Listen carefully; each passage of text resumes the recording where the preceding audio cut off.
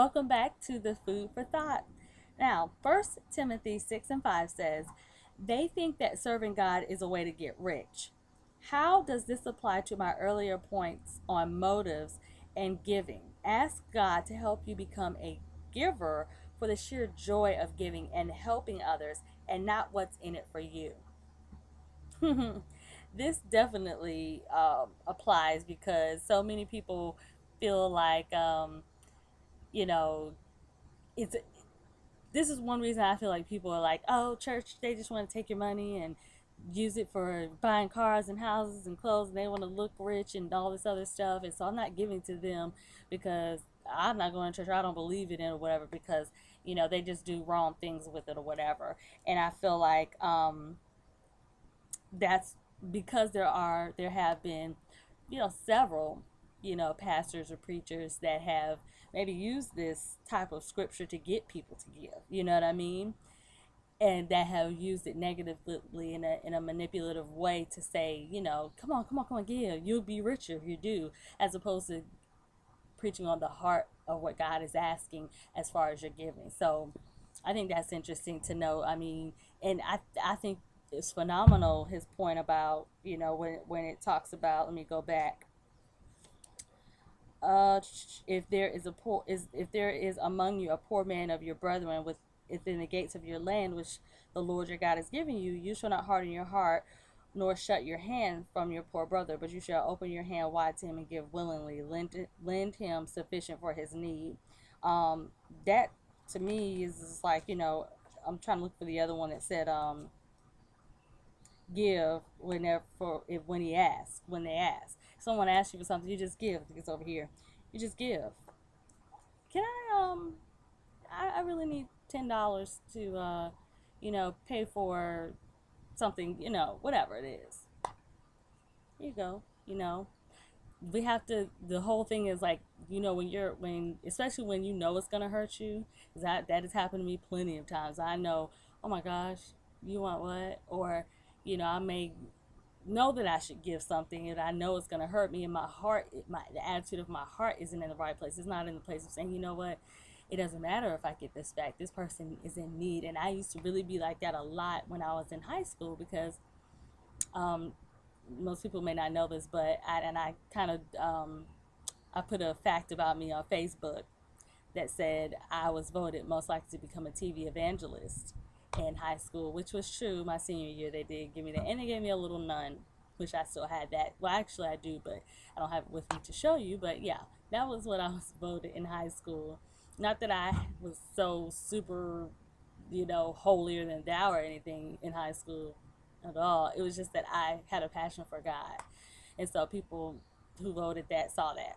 Nevertheless, I said that because um, when I think about giving, I used to just be like, oh, well, if I had some gum, I would just share it with you, because then I would still have gum and you would have gum. So we would both have something we need. Or if, someone needed a sheet of paper, if I give them a sheet of paper, I still have paper left. So both of us have what we need. And I think that's kind of what it's saying. It's just like, really share what you have. Give to people who actually really need it. Because if I give you, even if I give you my last, God is still going to provide me with more, and He's still going to provide my needs as well. So I shouldn't worry. My heart shouldn't get grieved and worried and depressed and hurt because I've given something up that really belongs to Him. So I think that that's, as far as getting rich, using giving to get rich. I think that that particular message or that particular verse, you know, that's what some people really believe in. That's what some people really preach on. That's what some people think, oh, serving God is a way for me to get rich. I can, give, or I can do this. I can give to this person so I can get something in return. And the heart is that we should just give so that others may have and be blessed and have what they need, whether it comes back to us or not. And we know that God is going to take care of us, not our job, not this business that we're trying to do, that's gonna make us all this money, in a short amount of time. you know we could depend on our source, not the resources. Those resources come and go.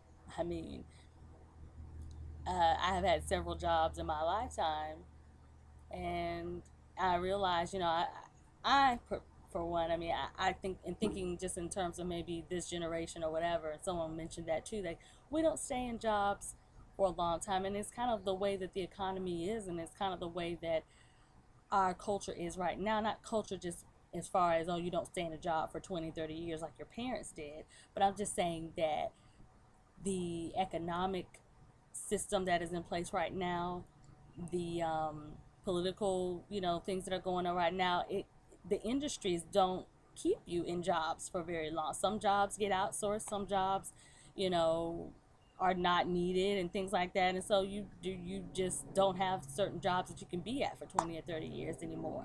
Certain jobs don't require you to be there that long when technology actually is getting more and more advanced, that your job can be obsolete because of technology. So there's several different reasons why, you know, you can't necessarily depend on your job, and for security and for financial stability.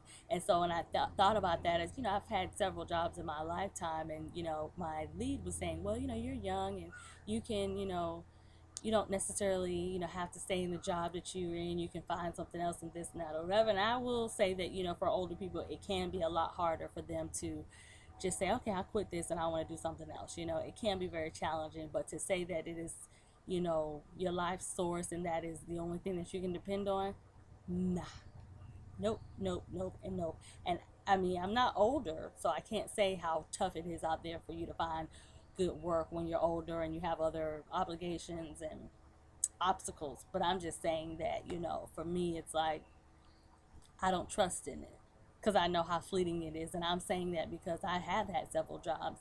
And not to say that they didn't work out, I chose to move on to other things. I've never been really fired.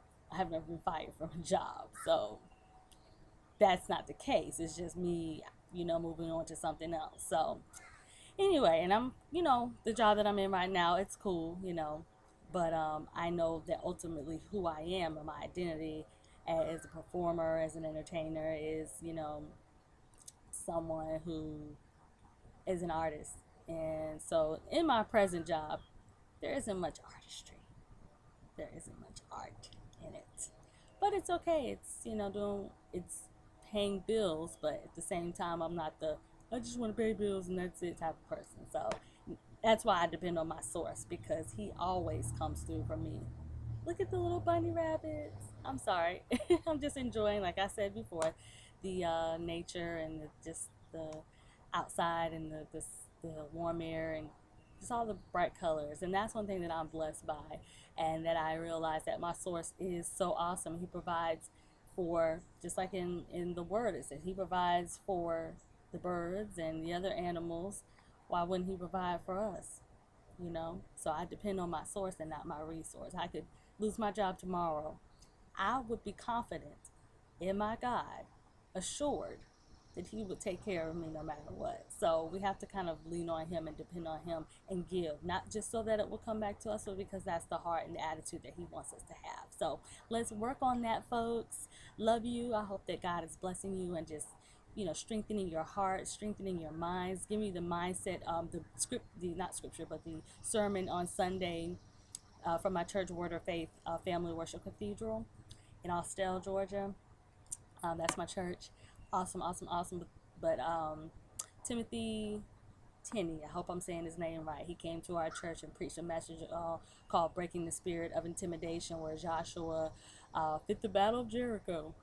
But he, came upon the walls of Jericho and came upon the angel in the army of the Lord, and it was just this big giant angel, and that intrigued me for one.